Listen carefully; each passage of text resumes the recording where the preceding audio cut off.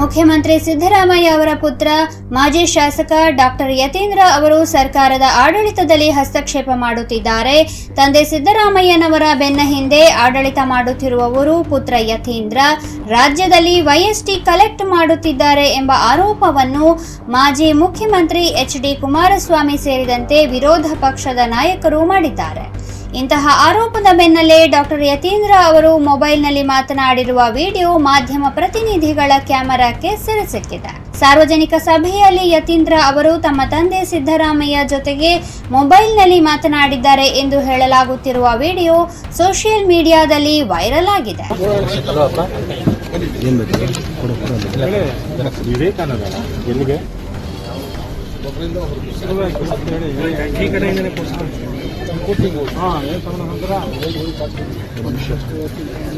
ಇಲ್ಲಪ್ಪ, ಇದು ಯಾವ್ದು ಕೊಟ್ಟಿದ್ದು? ಯಾರ ಆ ಮಾದೇವ್ ಕೊಡಿ ಅವನಿಗೆ, ಅದಕ್ಕೆ ಹೇಳಿದ್ದು ಕೊಡಿ ಆ ಮಾದೇವ್.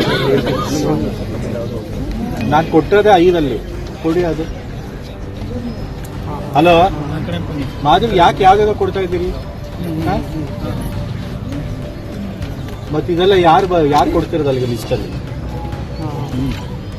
ಇಲ್ಲ ಬೇಡ, ಅದೆಲ್ಲ ಬೇಡ. ನಾನು ಯಾವ್ದು 4 ಕೊಟ್ಟಿದ್ದೀನೋ ಅಷ್ಟೇ ಮಾತ್ರ ಮಾಡಿ ಅಂತ ಹೇಳಿ.